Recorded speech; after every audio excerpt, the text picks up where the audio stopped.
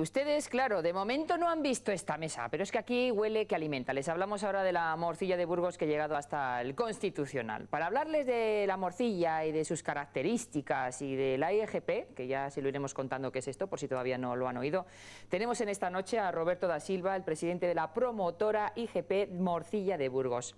Muy buenas noches, Roberto. ¿Qué tal? Buenas noches. ¿Cómo estás? Bien. Siempre que vienes nos llenas la mesa de cosas. De aroma, de sabor, de color y bueno, color no los más brillantes, porque la morcilla no es el color más atractivo, pero sí es el más sabroso. Hablando de colores, te tengo que decir una frase que he oído tuya, que es que me ha vuelto loca esta mañana. Dice, lo negro no se come si no viene de la mano de la madre. Eso es, esto es evolución pura. Nosotros si vemos el Museo de la Evolución, hay que ir al Museo de la Evolución y aprenderíamos muchas más cosas que aplicaríamos a la gastronomía o las formas y las fórmulas de comer. Desde que los homínidos se yerguen, la estrechez de las caderas provoca partos inmaduros, por tanto esos partos, esos bebés inmaduros que dependen mucho de la madre les tiene que dar de comer. Entonces los niños no comen nada negro que no venga nada de la mano de la madre. Es una fórmula de protección contra las cosas que puede ser, porque los niños se meten toda la boca, ¿no?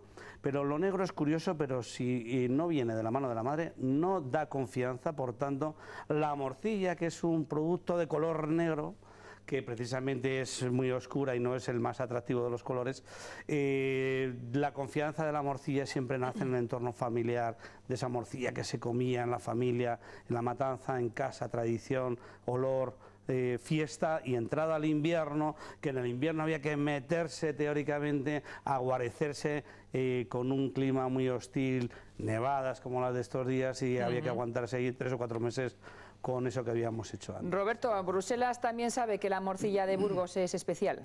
Lo sabe, mira, lo sabe desde hace muchos años, porque nosotros cuando tramitamos este reglamento, teóricamente empezamos a hacerlo concretamente el estudio hace 22 años con la Universidad de Burgos, junto con Jordi Rovira y su equipo, y esto llevó a varias tesis, esas tesis llevó a un estudio justificativo, un estudio histórico que de sobrada comprobación a través de muchas cifras, muchos datos, muchas referencias, desde que se habla de Esgarabuña en 1200, que habla del rey Sancho tenía un amigo que era el mejor capador de cerdos desde Burgos hasta Sagún. Sagún todavía estaba contemplado como si fuese prácticamente Burgos, cuya mujer era la que mejores manos tenía para hacer morcillas. Es decir, ya se habla de morcilla en plena época de la invasión de los musulmanes, del Al-Ándalus, siglo XI, XII, XIII, Reconquista, salvoconducto de cristiandad era no comer cerdo sino comer morcilla.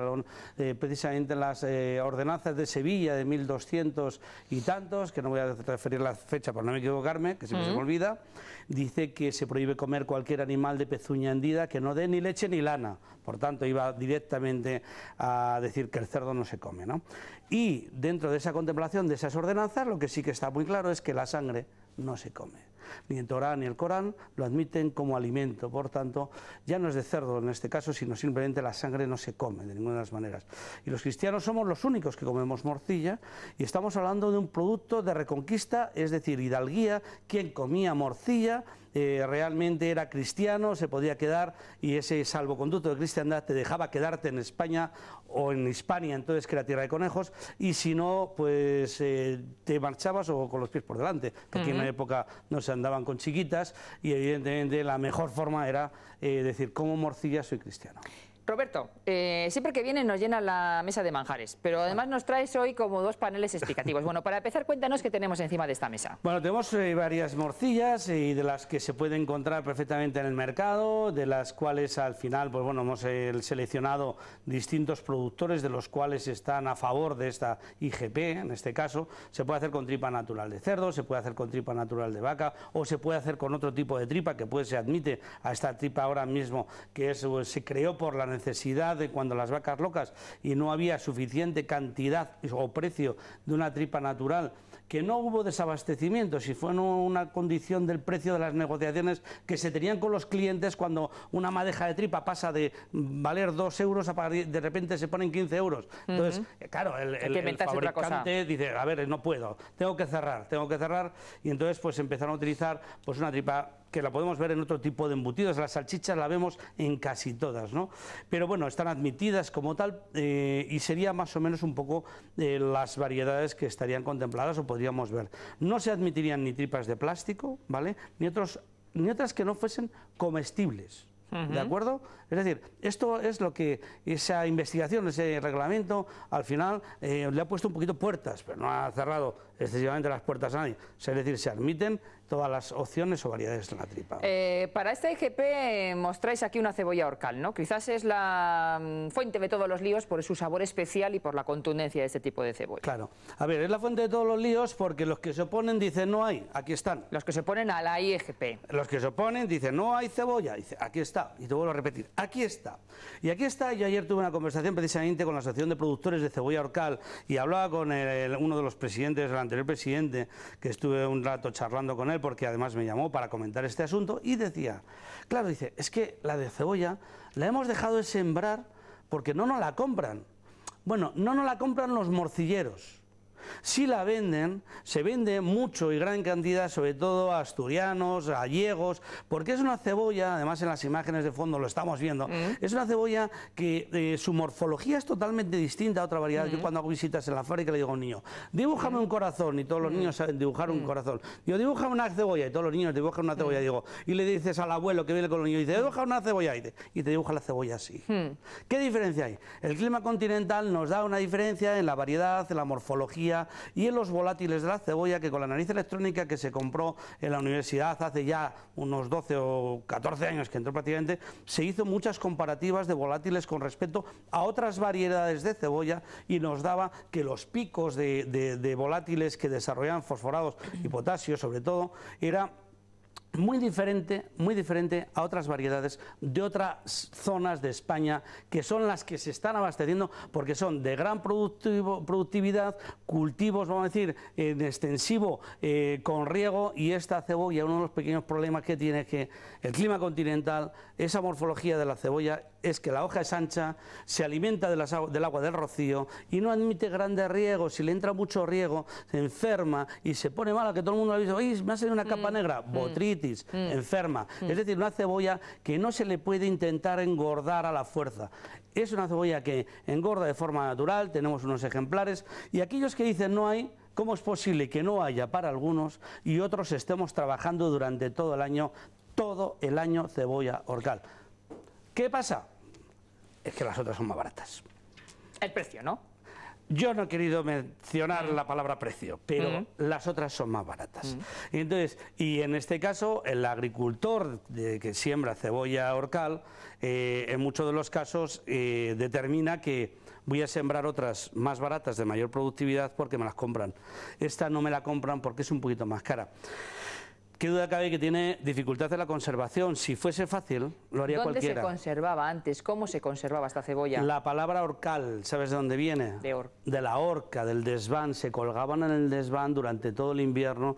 Se cogía, sobre todo cebolla de invierno, se cogía al principio del invierno, septiembre, octubre, noviembre, San Martín, Matanza. Se colgaban en el desván. Procurar que las barbas no estuviesen al calor para que no cogiesen calor y no subiesen los tallos, y se intentaban conservar hasta el mes de febrero. Vamos, ahora el invierno está durando hasta abril más o menos, pero bueno, hasta el mes de febrero, marzo, para antes de que llegase el calor hacer una segunda matanza hasta llegar a esas cosechas que nos den los frutos y las viandas de poder subsistir y hacer los ciclos, vamos a decir, de manutención de la familia a través de nuestro trabajo y nuestro esfuerzo y saber guardar. Y entonces, ¿cómo se guardaban? Ahorcadas, colgadas, cebolla Orcal. Y ya te he dicho los tres nombres: cebolla de matanza, cebolla de invierno o cebolla Orcal. Diferencia, sobre todo, gran diferencia. Decía Ruperto de Nola en el primer tratado de cocina del siglo XVII, dice, si utilizamos cebollas piconas de Burgos, ya habla de las cebollas piconas de Burgos, la única vez que se menciona en el primer tratado de cocina, ¿de acuerdo? Dice 3, de las otras 2. Es decir, ya hay una diferencia en las cebollas de Burgos que hacen que se utilicen en gran cantidad y proporción, en este caso, en la morcilla y en los guisos.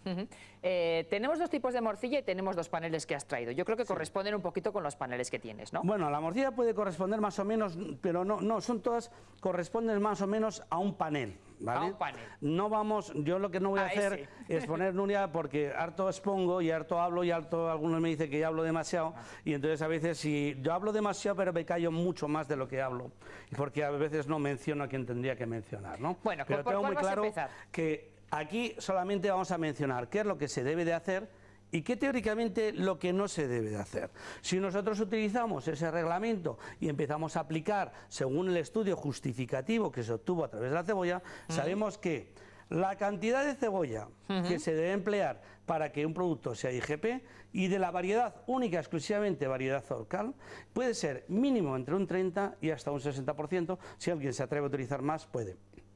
¿Qué favorece este producto, esta cantidad de producto? Favorece una cantidad de fibra importante, sobre todo azúcares naturales, que transformamos en glucosa. La glucosa es lo que alimenta el cerebro. Estaríamos hablando de un elemento nutricional que nosotros siempre cuando nos están hablando de la pirámide nutricional nos dicen hortalizas, frutas, verduras, base nutricional muy amplia, ¿vale? Lo que estamos haciendo, la base nutricional la estamos cambiando, nos vamos a la grasa porque nos agrada, pero realmente tendríamos que utilizar una gran cantidad de verduras, hortalizas o fruta en esta base nutricional. Segundo elemento, el arroz. Si nosotros utilizamos un arroz de las variedades extra en las cuales no se les haya destilado o extraído el almidón, ¿de acuerdo? Estaríamos hablando que prácticamente nuestra pirámide nutricional es perfectamente lo que dice el libro de la nutrición. Gran cantidad de carbohidratos y, si es posible, naturales. Aparte, ¿qué es lo que nos aporta el arroz? A diferencia del almidón o de los azúcares que nos puede provocar o aportar, por ejemplo, otro cereal, sería que el 50% de los aminoácidos esenciales se encuentran en el arroz. ¿De acuerdo? O sea, es decir, fíjate, el 50, con una ración de arroz prácticamente que estaríamos tomando a la semana, estaríamos en una aportación del 50% de aminoácidos esenciales. Con lo que quiere decir que esto tiene buena pinta. Si al arroz le juntamos la sangre, estaríamos hablando de que la sangre no es un concepto de sangre, es una proteína pura. Aporte de hierro, de gran aprovechamiento. Si lo juntamos precisamente con el arroz, hacemos que el hierro sea hemo, es decir, sea un hierro de fácil asimilación, por tanto estaríamos hablando de un producto que nutricionalmente sería muy equilibrado, ¿de acuerdo? La parte fea, la grasa. Hay una diferencia entre una grasa saturada, una grasa poliinsaturada o una grasa insaturada. De utilizar una manteca o un sebo en unas proporciones no demasiadas en el caso del sebo, pero lo que no se debe utilizar, por ejemplo, es tocino. Nos encontramos el ejemplo que hemos visto en 20.000 documentales que dice, ¿qué son las calorías? Muy fácil, tú ponlo eso, a calentar, a ver cuánto arde. Cuanto más tiempo le veas arder, más calorías tiene. Si nosotros metemos una gran cantidad de grasa y una gran cantidad de tocino, que es lo que se está empleando, porque el tocino vale 20 o 30 céntimos frente a un sebo, que es un poquito más barato también que la manteca, pero una manteca natural estamos hablando en costes de 1 euro prácticamente del coste de una manteca de precio de mercado, precio de fabricante, que si la vas a comprar al supermercado no te digo lo que te cuesta. Ya. Por tanto, en este caso estamos hablando de una grasa más saludable que la del tocino, es decir, la manteca en este caso es una grasa más saludable. Y esto sería esa pirámide nutricional que nos están recomendando a diario que debemos cumplir, se llama dieta mediterránea. La morcilla estaría perfectamente dentro de la dieta mediterránea. Un alimento perfecto. No hay ningún embutido cárnico que tenga esta perfección. Y la morcilla la tiene si la hacemos medianamente bien. Pero podemos hacerla medianamente mal. Medianamente. Para hacerla medianamente mal nos podemos encontrar. Si, por ejemplo, práctica, decía mi abuelo, uy va, que se me va el cartel. Decía mi abuelo, dice, negocio que no abres el grifo no es negocio, ¿no? Sí. Entonces, dice, si yo quiero meter un arroz, sí, y ese arroz que teóricamente por la altitud se precocía un determinado tiempo, es decir, imaginémonos 3 kilos de arroz, se podía cocer con 3 litros de agua, 5, se le daba una precocción, no una cocción total, ¿de acuerdo? Pero aquí nos estamos encontrando arroces que se les está dando cocciones totales prácticamente, ¿vale? Pues están utilizando arroces que no son de variedad japónica calidad extra, otras variedades, ¿de acuerdo? Incluso de otras variedades. Estamos hablando de que hemos reducido el arroz, pero la parte importante que teníamos de los carbohidratos, fíjate, que lo que hemos hecho ha sido, hemos reducido, y esto le estaríamos diciendo, esto es agua, ¿vale? El agua no se considera un nutriente, es agua. Pero este agua podemos hacer una cosa, para que este agua aglutine, una de las cosas que se le está haciendo, por ejemplo, es echarle, vamos a decir, harinas de arroz. Harinas de arroz que no sé si se ve, pero es igual, harinas de arroz, y aglutinamos, endurecemos. Las harinas de arroz suelen estar en una proporción mucho más alta en fibras, de mucha más difícil digestión que el propio arroz. Y esos aminoácidos prácticamente les hemos roto la cadena de aminoácidos y no está en una estructura, vamos a decir, adecuada. De hecho, las harinas de arroz no se emplean mucho, se utilizan otro tipo de almidones modificados antes que las harinas de arroz. Pero vamos a poner que se le pone harinas de arroz, o no, pero se le pone al agua, ¿vale? Tendría una parte más de carbohidratos. Para poder hacer eso hemos tenido que bajar la proporción de cebolla. Esta pirámide tiene peor pinta que la anterior. ¿Es al contrario que la otra? Es al contrario. La sangre, vamos a decir, que es la parte proporcional, junto con los carbohidratos también de fácil asimilación, no deja de ser un hierro hemo, no deja de ser un alimento bueno, es decir, no deja de serlo. Pero claro, para que esto tenga gran sabor, lo que hemos hecho, o lo que se tiende a hacer es, cuando hemos hablado antes de los tocinos, se emplea una cantidad elevadísima de grasas, y si yo te hago esta pirámide, yo te dibujaría una pirámide así. Es decir, estaríamos dibujando una pirámide invertida. Estaríamos hablando de un producto... Esta es la que repite. Bueno, yo no voy a hablar de esta. Bueno. Que hable el que tenga que defenderla, que la defienda, que yo defiendo lo que tengo que defender. Muy bien. No sé si me entiendes. Qué bien hablado. Vale, no, es verdad. El que tenga que defenderlo, que se presente, que se defienda. No por lo que has definido en los ingredientes, es la que repite.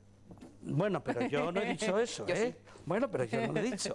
Entonces, lo que sí que tengo muy claro es que... Tenemos un minuto, Roberto. Bueno, yo lo que tengo muy claro es que la morcilla es un alimento energético de tradición desde la evolución, desde los homínidos, lo decía Arzuaga, y lo vemos en ese detalle, esa imagen, como en la parte visceral, la parte intestinal, en lo primero que comíamos, que era la proteína, para poder generar músculo, es decir, un alimento rápido. Nosotros nos hemos convertido, en el momento que hemos aplicado a nuestra dieta, nos hemos alimentado de ciertos carbohidratos, hemos alimentado el músculo más importante que tenemos, que es el cerebro, que consume glucosa y en gran cantidad. Entonces, en este caso, de donde procede ese interés de esta pirámide nutricional equilibrada, es de esta parte importante, sobre todo variedad en la cantidad de cebolla, variedad en la cantidad y en la calidad del arroz y el resto de los elementos. No nos dejemos influenciar, decir que es bueno o es malo.